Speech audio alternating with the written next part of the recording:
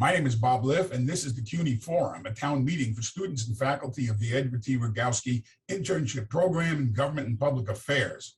When Eric Adams ran for mayor, he repeated a quote from the late South African Bishop Desmond Tutu like a mantra to explain his approach to the complicated issues afflicting this city. We need to stop just pulling people out of the river, Tutu said. We need to go upstream and find out why they're falling in. In healthcare, that means confronting, for example, the epidemic of diabetes and other chronic diseases, disproportionately affecting poor communities of color by providing healthcare, but also go upstream to deal with issues like the lack of availability of healthcare and affordable fresh produce. And in the area of public safety, that means using the police force to tackle the gang violence that disproportionately afflicts communities of color, while going upstream to deal with issues of housing, drug treatment, employment opportunities, and educational disparities that feed that street level downstream crisis. In a city that's been beset by an uptick in crime, including shootings and the murders of 2 police officers, that has sparked a sharp debate between Adams and progressive forces defending recent reforms in bail procedures and alternatives to incarceration that were designed to reverse decades of disparate policing that saw Black and brown defendants treated far more harshly than similarly situated white defendants. But it's also the case that Adams won such large pluralities in poor and working class Black and brown communities precisely because his appeal acknowledged the reality that those very same communities that produce defendants are disproportionately home to victims of street crime. Adams rejects the idea that public safety and justice are at odds, while his critics say he is setting the stage for a return to gross injustices in the criminal justice system. That is especially true, those critics say, with his call to return plainclothes anti-crime and anti-gun units to a city still reeling from past practices such as wanton stop and frisk policies that were a racially loaded time bomb when hundreds of thousands of young men of color were literally rousted with little concern over whether there was probable cause to confront them on the street. Perceptions of a crime wave do not always jive with the data, some of which suggest very small percentages of defendants released without cash bail are rearrested. And while Adams pushes for restoring discretion to judges to consider dangerousness as a standard in deciding whether or not to set bail, it is a debate with deep political salience here and across the country. We're joined by 4 New Yorkers who take part in that debate to discuss if public safety and justice are at odds or must be intrinsically dealt with together. Eileen Grench is a reporter with thecity.com, which you all should be reading regularly if you do not already do so, who has covered the reactions of community-based organizations to Mayor Adams' public safety plans. Imam Yusuf Ramadan, a member of the Association of African American Imams, is the leader of the historic Masjid Nuruddin in Corona, Queens, and has worked both as a teacher of English and Islamic studies, as well as having served as a chaplain in the state prison system. Ali Winston has reported for The Times, BBC, and ProPublica, among others, on police practices as they impact communities, particularly communities of color, and is completing a book on the Oakland Police Department called The Riders Come Out at Night, The Failure to End Police Brutality and Corruption in Oakland. Michael Benjamin is a former Bronx Assembly member who was on the New York Post editorial board, which has been generally supportive of Mayor Adams' public safety plan. Michael, let me start with you. The Post, and I know in our discussions, think that Adams has kind of found the right balance. Is that a fair reading? That's a fair reading. We believe he found the right balance. He does want to, bring crime down, but also do it where, as he said, it's not all stick. There's lots of carrots with the violence interruption, focusing on learning disabilities, focusing on community health, proper eating, the things that communities need in order to succeed and do well, but also looking to protect the public safety of those communities that are besieged and beset by crime and disorder. Well, as far as the young people are concerned, and thank you for having me on, Bob, but the young people that are on the front lines, particularly young African-American men that felt the brunt of the stop and frisk policies that were in effect, and thank God have been overturned. But it wasn't just the young men.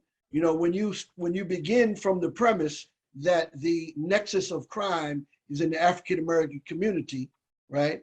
And we're both victims as well as perpetrators, then, that tends to focus the police, a young police officer coming from Staten Island or Suffolk County or Rockland County, we're the perps, we're the perpetrators, okay?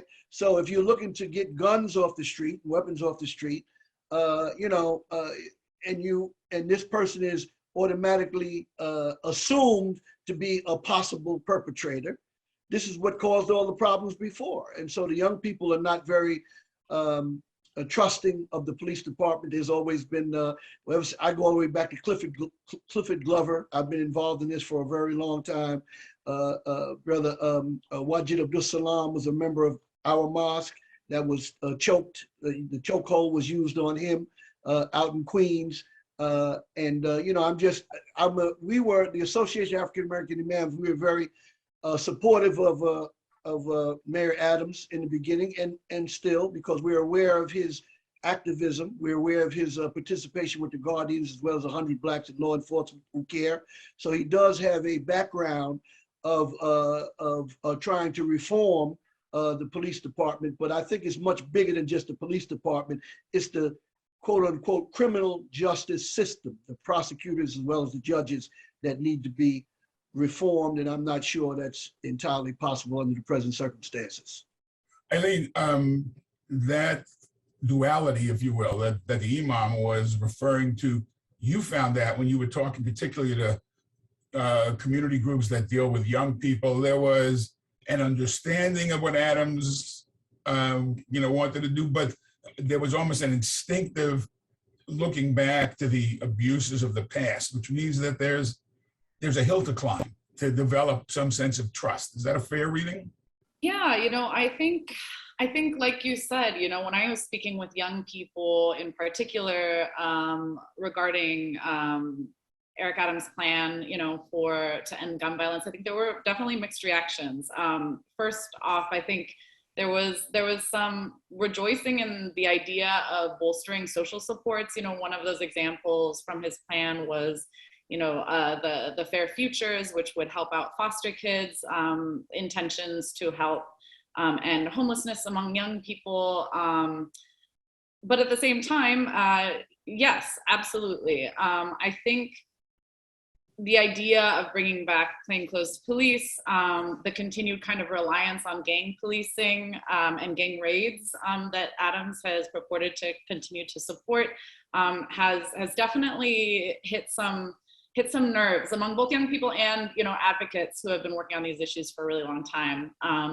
One example is that when leaning on crackdowns on gangs, often the police will rely on databases like the current gang database. It's also called the current gang database, which in other cities nationwide have been shown to hold a number of inaccuracies. Currently in New York City, there's no way to find out if you're on the database or to get off of it. And I think that kind of lack of transparency makes people distrustful about that kind of policing still. Additionally, yeah, absolutely. I think one other thing that folks really reacted to was the claim of wanting to change, raise the age reforms, and using the use of statistics, that some, at least that I've spoken to, have felt don't necessarily support these changes and ideas that some even call unconstitutional. So definitely agree with you. I think there's a mixed reaction, and just like this issue is, it's complicated, it's messy, and the reactions were also just as kind of complicated. Yeah. Ali, the imam also made reference to police officers coming from outside the city. It kind of raises a cultural question. It's important to say that the two police officers who were killed in Harlem were, Washington Heights. They were very much officers of color from the city. So the city police department is more diverse than it was than when I was a kid, certainly. But is there a cultural chasm that Adams is not bridging? I think it's pretty fair to say that the NYPD has a very reactionary culture, internal culture, that doesn't just start with the department's unwillingness to deal with the concerns raised by hundreds of thousands of New Yorkers in 2020 during some very fractious protests in reaction to George Floyd's murder. No police officers have been fired. Commissioner Shea, the outgoing commissioner, actually overturned quite a few instances of discipline, even after Internal Affairs and the CCRB found fault with their officers in the trial room. The department has circled the wagons in a pretty remarkable way.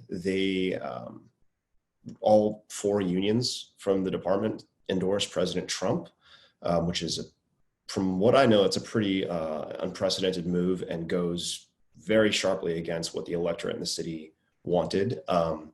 There are widespread accusations that the department has chosen to depolice in the past 2 years on a number of things, including traffic enforcement, quality of life enforcement in some respects, which some people want, other people say actually hurts broader police work and, pushes back against efforts to try and nip crime in the bud when it starts.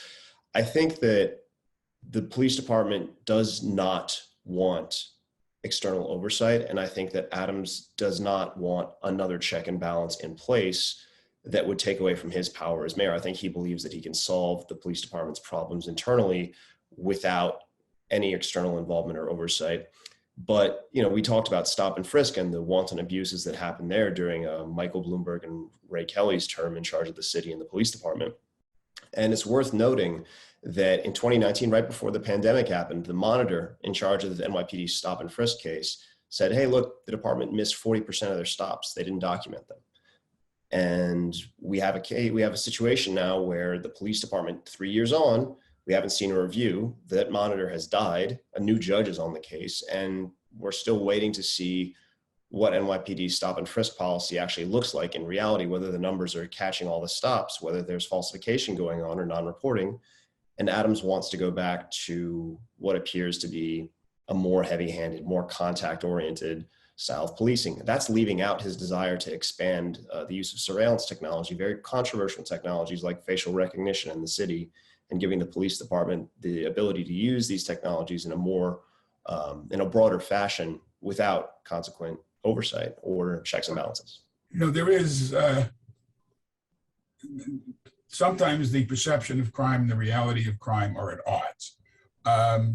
Crime rates are still historically low. They're higher than they were last year and the year before. Murders have been ticking up. You do have some very high profile murders. In particular, the targeting of Asian American women has been a striking phenomenon. And some of it you could look at as in the aftermath of the pandemic beginning in China.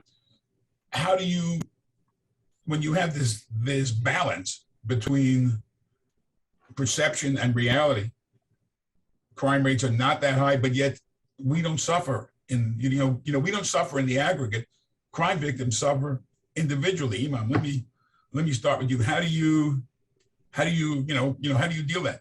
People in your community are victims of crime. Well, absolutely. I mean, like I said, we certainly support Mayor Adams in his focus on eliminating the crimes that are perpetrated by gang members. It's intolerable. We can't operate in a civilized society like that. It has to come to an end. But it's the means to the end. It's logistically, tactically, it's possible to make sure that we can put enough officers on the street that there's very little or no crime. But then we begin to live in a totalitarian society. We're supposed to have a democracy, and so we just can't come out and have a Gestapo police force that's there to and a lot of this, and I have to commend the mayor for his subway, the program that I just saw yesterday, where they have officers as well as mental health people, social workers going out into the subways, dealing with people, homeless people, and mental health. People have mental health issues, and a lot of that overlaps with one another. But of course, the mayor, as a politician, when the horrible murder of the young woman who was stabbed with a butcher knife, and the mayor said we have to get he's been talking about getting the guns off the street. We have to get the weapons off the street. That's impossible. There was no weapon on the street. You can't get butcher knives off the street. So that's dealing with mental illness. And it's not just the guns, because it's not only in the African-American or quote unquote urban communities where violence with guns is being perpetrated. In Sandy Hook, no mayor, no politician of any stripe would have the gall to talk about eliminating guns in that community, okay, whether they're legal or illegal. So the point is, the focus is in the African-American community where there's an inordinate amount of crime going on. But it's not just the guns, it's the people who, it's the mentality of the people that have the guns, you see? So I want the mayor, if we're talking about accountability, and he has to know better than most of us that, the power dynamic he has his goals and objectives as the mayor, as the one who appoints the police commissioner, and there's the union.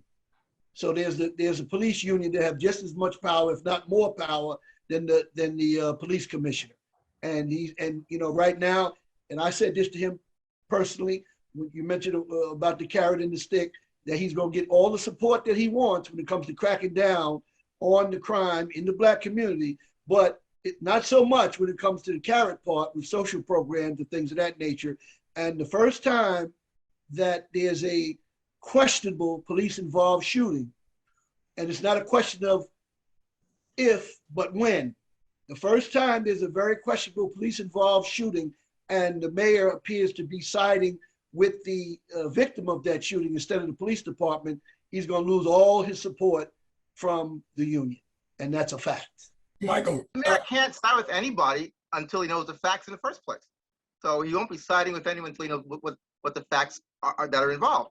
I think we need to give the mayor credit for wanting to have and showing a balanced approach to the problem of crime, and explaining to all parties involved what he wants to do, and using all the tools in the toolbox, in a sense, not just law enforcement, but also the social service program, improving the schools, doing the things that, as he says, reaches the folks upstream as a way of finding a way of ending the problem. I mean, communities of color that I belong to and have been active in a very long time, we understand who the folks are who are, as he called the trigger pullers, the criminals. We called them crimey back in my day. We know who they are. They need to have the confidence. Public needs to have the confidence that those folks, once they're arrested, they won't be returning to the community to create more havoc. That there is a certainty in punishment. When you shoot someone, when you stab someone, when you rob someone, you steal from a store, that there is some certainty of punishment. And the mayor does not want to see children under 17 locked in adult prisons. What he said was, when it comes to raise the age, and we said it on our pages, is that you need to look at those who are violent young people, whether they're 13 or they're 16. If they're carrying a gun and they attempt to use it, or if they use it, then they need to be treated not necessarily in criminal in family court. There needs to be some sort of accountability. The mayor has said that those children who are trigger pullers, who are 16, 17, 15 years old, he wants them to understand they could be in criminal court and not family court as a way of getting them to turn on the adult gang leaders who are having them carry guns or having them carry out some of the crimes that we see. Yesterday, the NYPD released the data about the number of weapons in city schools that have been seized. It's not weapons that kids are using necessarily against each other. It's weapons that they need to have in their minds, whether it's mace or it's a taser, to feel safe going to and from schools because they don't feel safe. And this is something that in my 60 years, we've had decades of this happening in these communities where kids don't feel safe and will carry a weapon to school or think they have something outside they can use on their trip home. The mayor has said, he said it yesterday, he wants to make sure that children are safe, not only in school, but in their home communities and in their travels to and from school. That means safety on the buses, safety in the subway. And then that's when you have that presence and you see a police officer and you see the teams that are out there looking to protect children and adults, not necessarily looking to throw some kid up against the wall to search them. And the mayor said when it comes to the stop and frisk, that there's a legal way to do it. And that's what he's going to impart on his police officers to do. And I think that can happen. We need to give the program a chance to happen. and make things safe. You know, we want the city to return to normal. We want folks to have a nightlife. Well, no one's going to go out at night in great numbers if they don't feel safe. And the mayor has a responsibility to create that level of safety and that perception that things are safe. People can turn to a life of normalcy. They can ride the subways unaccosted. And that's what he's trying to do. We need to give him the opportunity to do that. He's not going to have cops throw kids up against the wall and fill Rikers with 15,000 people again. One thing that I'd like to quickly point out, however, is that currently if a child, if a minor is arrested with a gun, if they're over 16 years old, 15 years old, they are going to adult criminal court automatically. And, you know, when he, you know, mentioned his changes that he'd like to make to raise the age, I think it's important to contextualize that, because currently if a teen is arrested with a gun, he's going into adult criminal court. That's a violent felony by and large. And the only way, I mean, what happens under Raise the Age is that if you are arraigned as a child in adult criminal court, you face a 3-part test. And one of those 3-part tests to keep a kid in court is whether that gun was brandished or shown. If it was a gun that was never used, you know, they can send that kid down. They will send that kid down to family court, but the DA does have a chance within 30 days to contest that and to keep a child in adult court under extraordinary circumstances. So I think it's also important to contextualize that, because currently it's not like kids who have guns are going straight down, you know, to family court. They're not being, kids are being tried as adults every day, and having a gun in New York City is one of those charges that will put you as a start in adult court. The thing that Mayor Adams was trying to change was that if a child is arrested and arraigned in adult court, that if he didn't show the gun, even if he didn't show the gun, it would be kept in adult court. And the other thing that he wanted to change was if a kid refuses to say where they got their gun from, then they would also be kept in adult court. Now, I've talked to a number of experts who have told me that particularly that second request by Mayor Adams could be seen as unconstitutional. The right to remain silent kind of is a big question mark over those requests. Part of his reasoning for this is he's saying that adults are giving kids guns because they think they will have lesser, I guess, repercussions, right? But I, to this day, I've been asking a lot of folks. I've seen no evidence to support this, and the mayor himself has not shown any evidence to support this, despite the number that he says that is 10% of kids being arrested right now are arrested with guns. Currently, nationwide, you know, there's a higher amount. There's particularly after Raise the Age, kids in New York are being arrested at way lower numbers for particularly misdemeanor crimes, which basically like leads to the question, like, is this 10% that he's claiming actual change, or is it just a change in percentage due to less crime? Now, I think that's a question that we're still trying to answer. But I think it's particularly important to point out that kids with guns are going to adult court in the first place. Ali, you know, with this, you know, with what Eileen was talking about, the rubber meets the road when you get before a judge and can a judge, after bail reform, it takes, you know, it's a pretty high bar before you will set bail, and bail is only supposed to be to guarantee someone returning to court. It's not supposed to be a punitive measure that if you can afford it, you can get out, and if you can't afford it, you can't get out. But whether or not judges could consider dangerousness in making a decision on whether to release a person. 49 states allow a consideration of dangerousness. We do not under the new bail reform laws. And that's kind of, you know, I mean, arguably there are tremendous abuses in the past when judges applied that standard. Talk to me about that.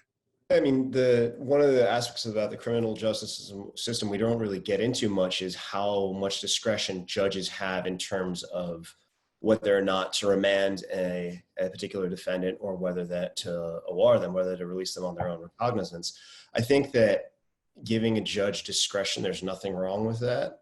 By and large, it's worth remembering that our inmate population now is about 5,000 people in all city jails. In 2011, when we were remanding people, before the bail reforms happened and at the height of stop and frisk, and by the way, when violent crime was higher than it is now, homicides, shootings, rapes, the category 1 crimes were all above where we're at in 2011, not that long ago.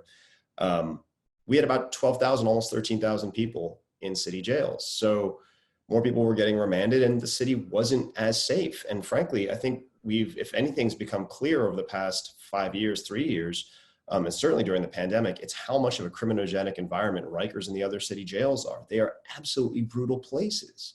And if you want to guarantee that a 15-year-old, a 17-year-old, a 19-year-old is going to go into that sort of lifestyle, you set them into Rikers, put them in a module full of Trinitarios, full of Bloods, full of Crips, full of Nietas, and see how it goes for them. I mean, they will be introduced to that lifestyle if they're not already introduced to it. And yeah, there are certainly examples where firearms crimes or, gun possession may or may not, it's a wobbler. The case may or may not warrant somebody being remanded. And there will be cases. There are always cases where somebody was caught with a gun, they were remanded on bail or remanded on bond, and then they're arrested again. That never, ever, ever fails to happen. You just can't control human nature. It's not a 1 or a 0.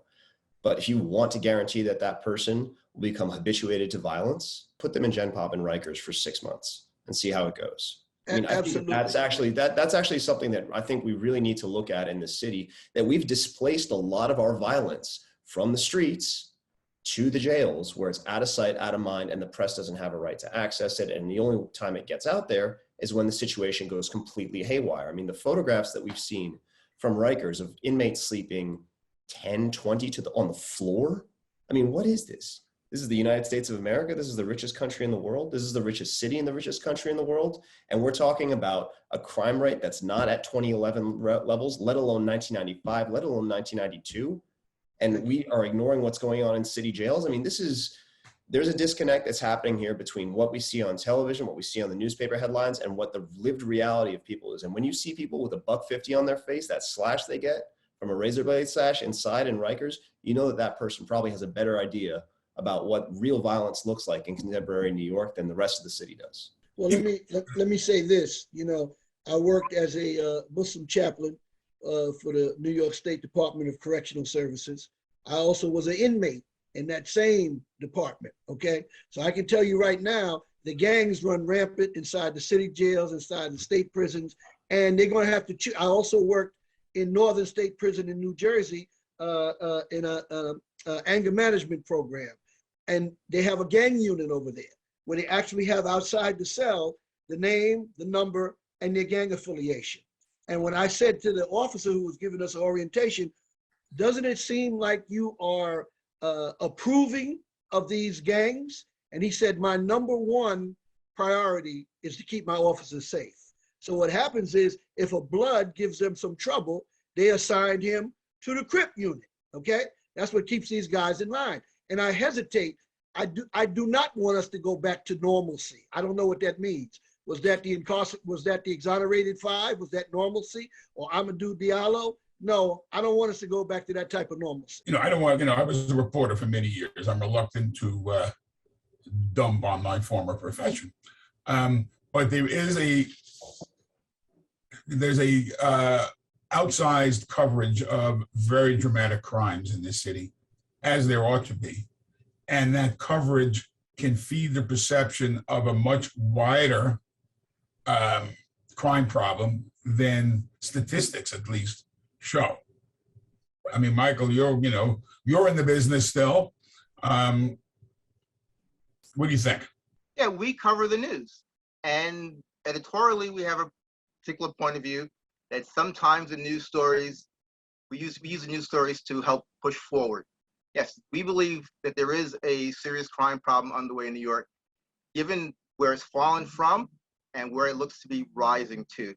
We don't want it to get to 1995 levels. We want it to be nipped in the bud now. For us, normalcy. I'm sorry, this is also, Michael, if I could, because you've been writing about this a lot. It's particularly true with crime on the subways. That is correct. there is a greater disorder on the subways because there had been fewer riders. There were, in my travels throughout the pandemic and going to work and going to the office, going to the newsroom, I rarely saw police officers. And I would constantly tweet about it to the department and to the transit authority and to the transit cops. So like, where are your guys? They need to be on the platforms, peering in and seeing what's occurring on the platforms and on the trains to discourage folks from misbehaving and acting out and creating mayhem.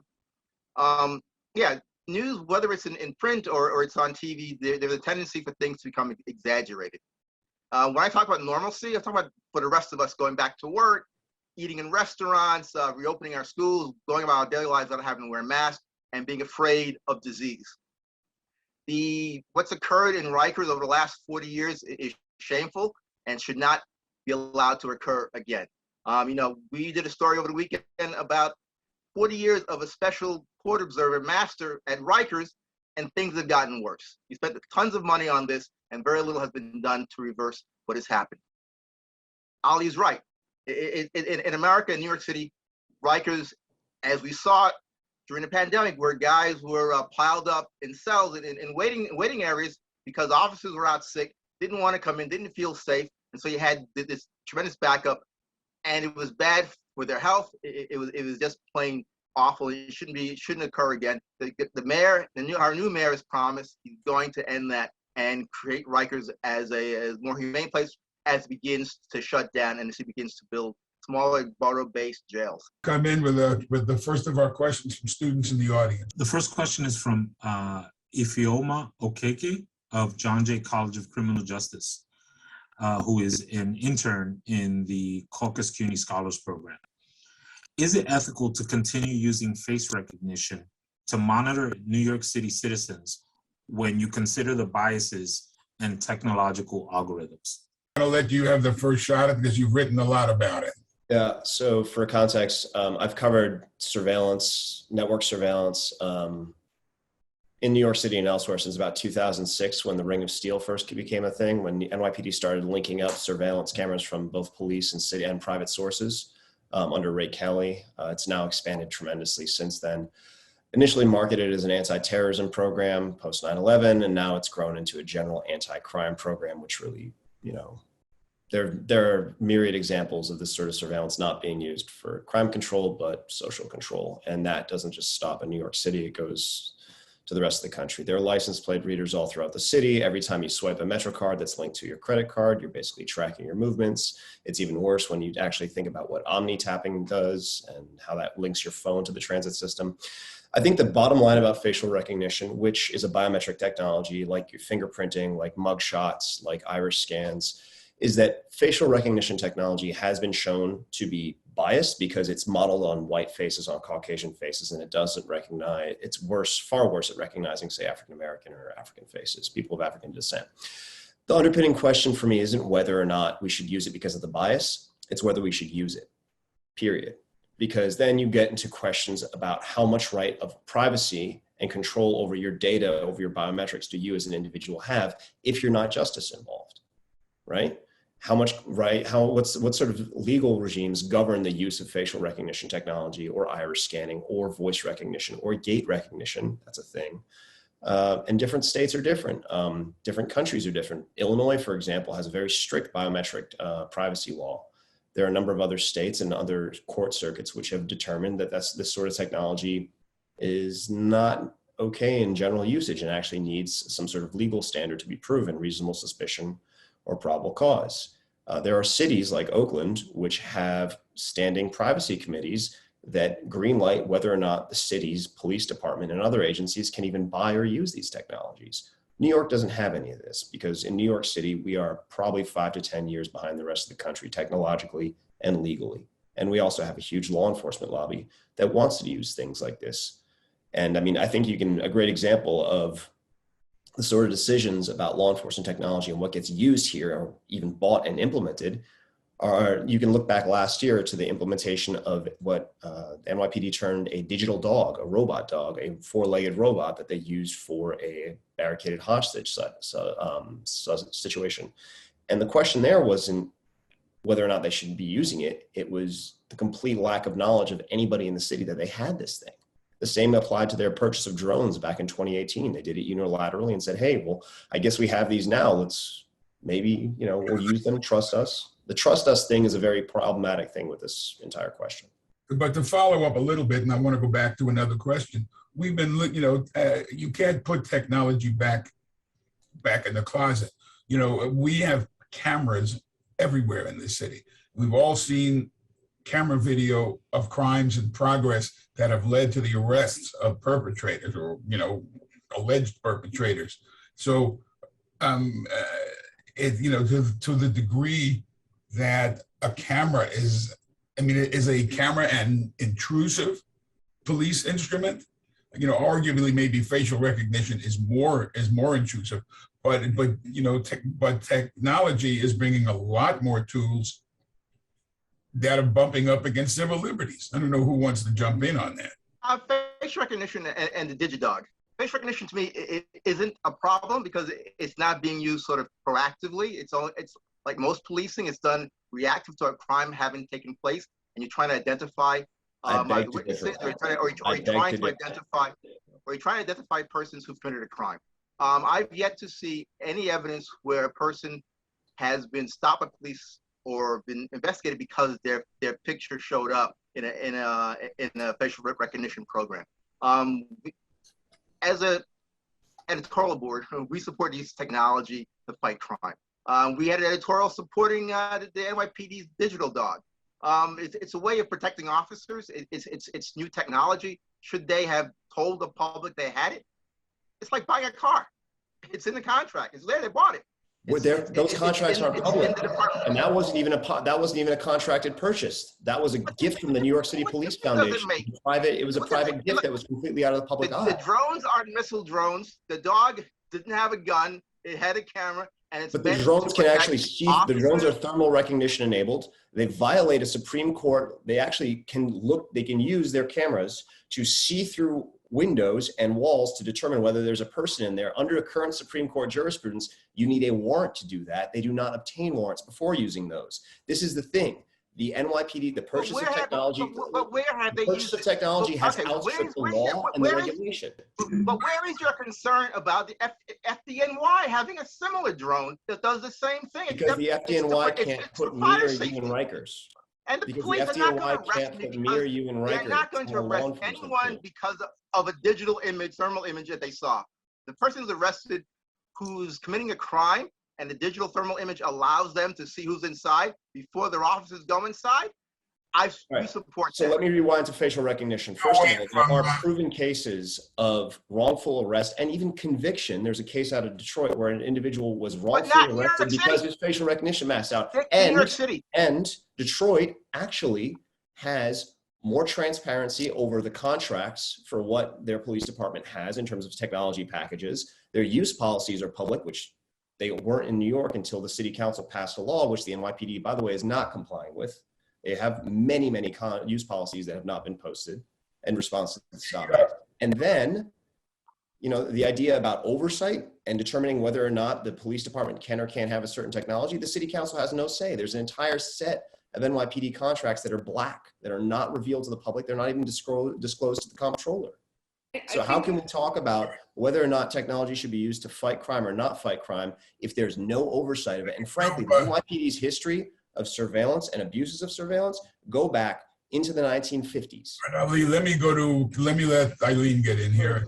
I was just going to quickly say, I think this just goes back to that fundamental question of why the reaction, to the safety plan, in part was a worry of going back to these things because there really is so little transparency over how the NYPD operates and so little oversight over contracts, over programs like the gang database, over many things. And for instance, stop and frisk, had to be discovered.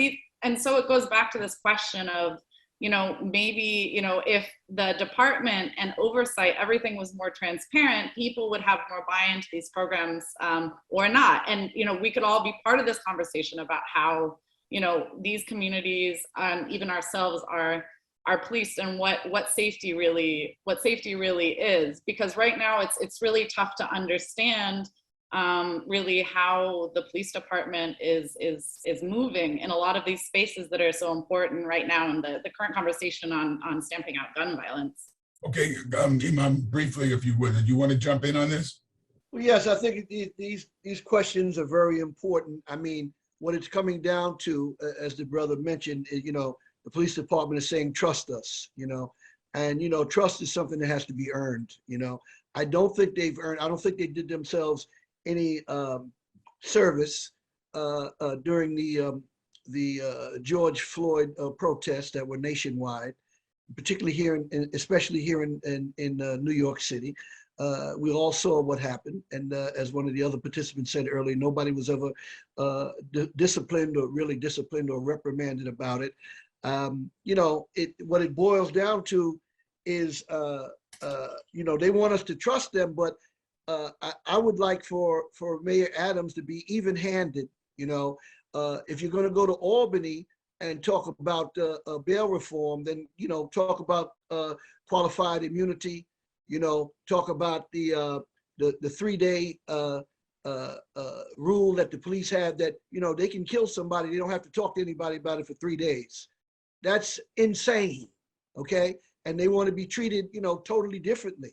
So these are things that we need to have some even-handedness. The Muslim community, I'm not a liberal or a conservative. The Muslim community, Prophet Muhammad, peace be upon him, said that we're the Ummatul Wusta, the midway community. We don't go too far to the right or too far to the left. So on some issues, you would say, oh, he's a conservative. My community, the Muslim community, we went out in the street ourselves and shut down crack houses. So it's not that we want that we're in favor, we're soft on crime. That's far from the truth. But those individuals that Mr. Benjamin talked about, and I don't want to lump in people that are shoplifting with people that are committing violent crimes. People are not shoplifting food out of a supermarket or a Walmart because they're just inherently evil people.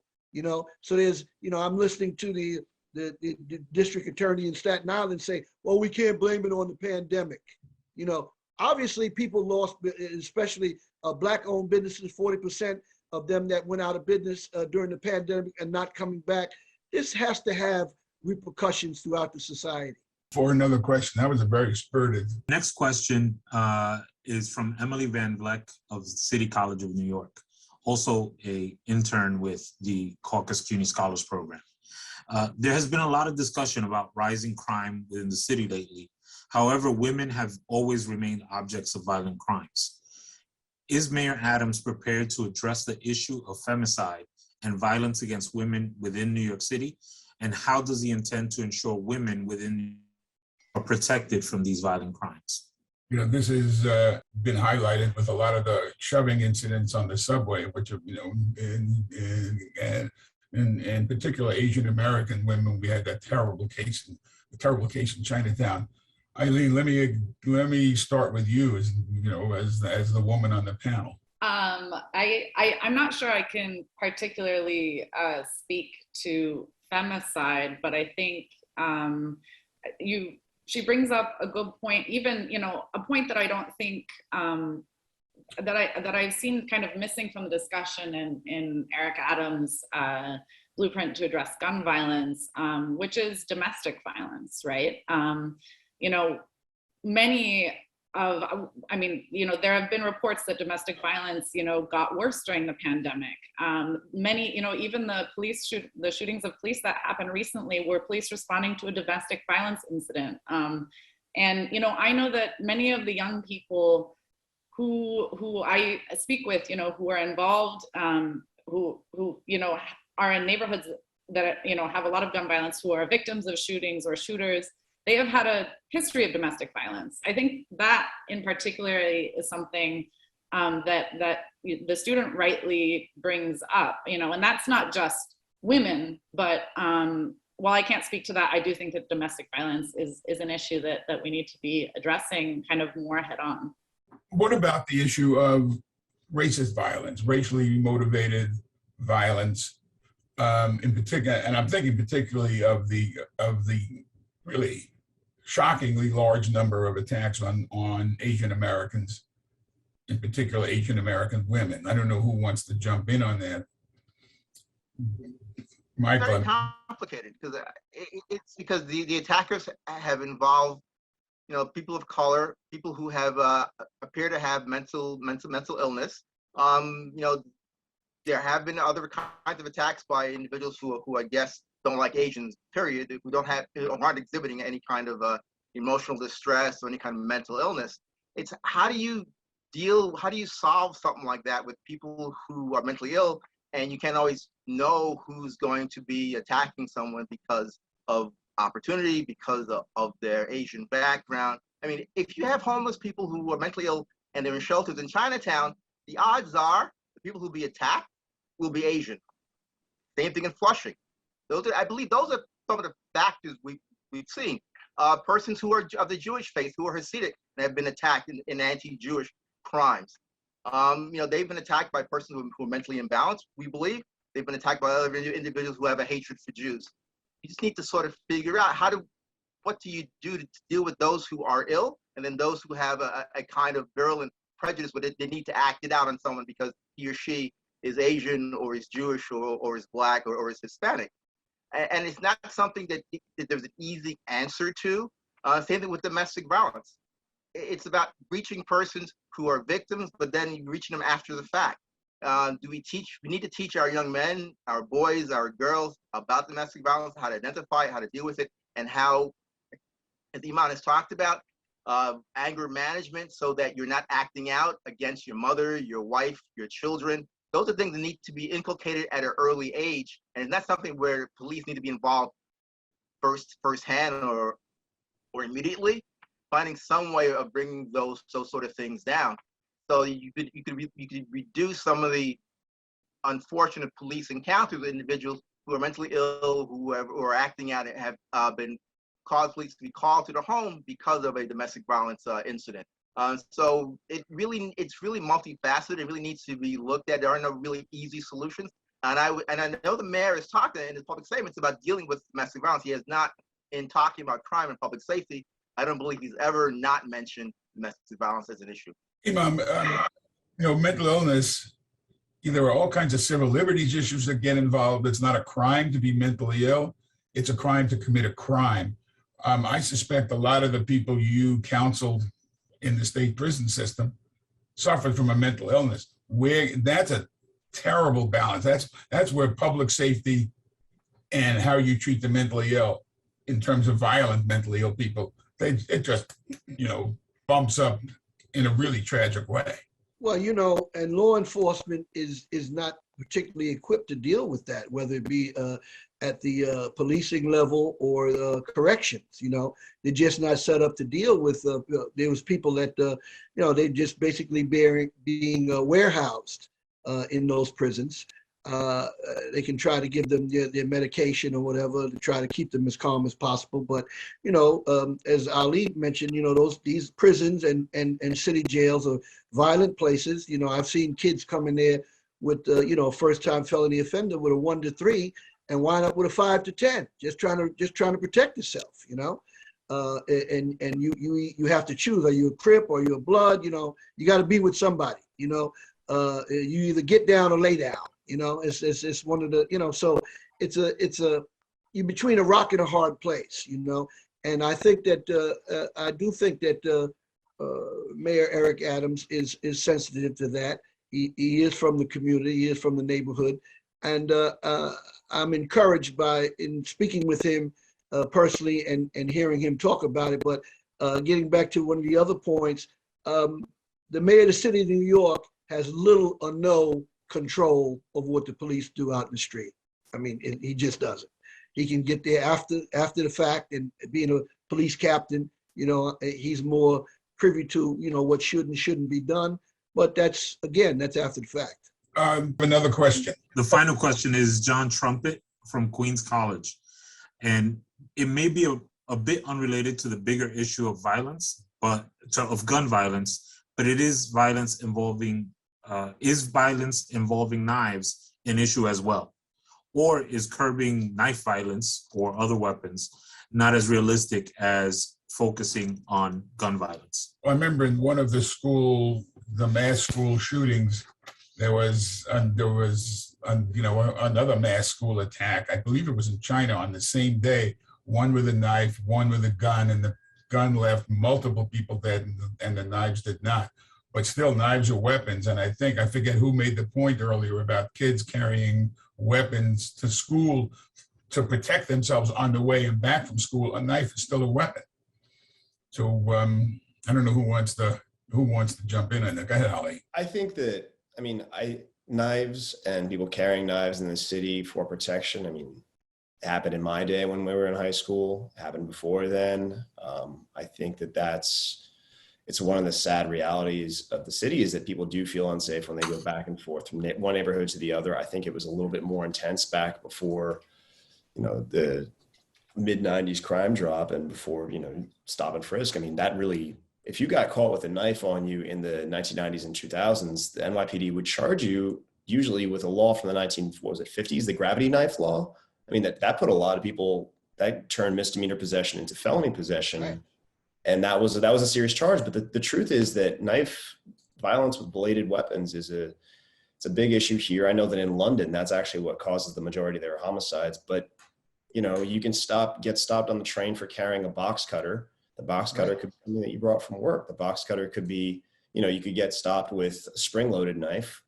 That could be considered legal. You could go in for that, or it could be something that you use for work. The problem with possessing a knife in public and getting stopped with one on them before you do something with it, they're not the same category of weapon as a firearm.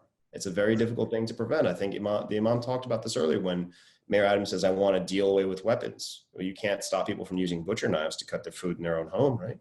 So it is one of those balancing things that you will have to find as a society. How far do you want to let law enforcement go? Do you want to just stop people and have them, confiscate any knives that are on folks you find on the train or find on the street and put them in?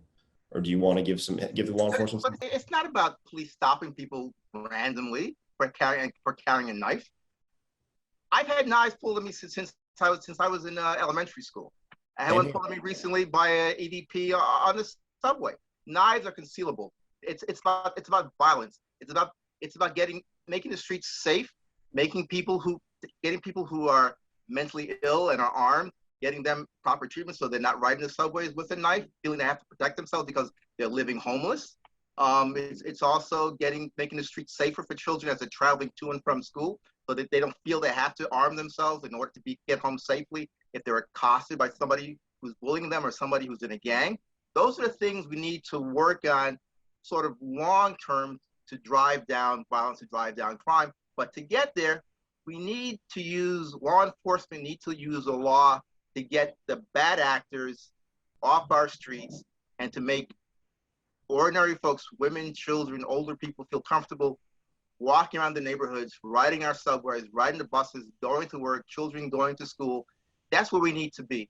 And the mayor's promised that he's going to make sure his officers are properly trained, particularly the plainclothes ones that you're concerned with, so they're not brutal, they don't disobey the law and unlawfully detain someone who they believe may be carrying something shifty in their pockets. He wants stop and frisk to be carried out legally, constitutionally, as it can be done. And I think we need to give him a chance to do that with his much smaller plainclothes units and to have that done. And then we can build on the perception that the streets are getting safer, so fewer kids will carry guns, knives to school, or tasers or mace, and people will be comfortable going out in the street. And you have more eyes on the street, which reduces the amount of violence on the street when people are out there in bigger numbers at night in the subway, reducing crime. We've got 36,000 police officers. They have an $11 billion budget. They just gave them another $200 million. So if just adding cops, to the payroll, $200 billion. I'm sorry? I didn't say add cops. The cops are not given a larger budget. Their budget is being held even. I want to see cops in the subway. Stop and frisk. Stop and frisk. We already had enough stopping. Are we saying that Mayor Adams is uniquely positioned, like Donald Trump, to make stop and frisk work? He can. What can he do? He cannot. I heard him say, and I believe this, police officers, like other human beings, are individuals, but it's the system. It's the system, okay? And until he's ready to deal with that system, and then, like I said, you made reference to, you have to wait to get all the facts. Well, there's cases like George Floyd, where we can see what happened, okay? And they're going to want the mayor. Imam, I'm sorry, but as a reporter, I always make deadline. I've gotten the goodbye sign from the producer. Okay. Thank you all for being on CUNY Forum. This was really great. This is a discussion that can go on for a long, long time. Thank you. We'll see you next time.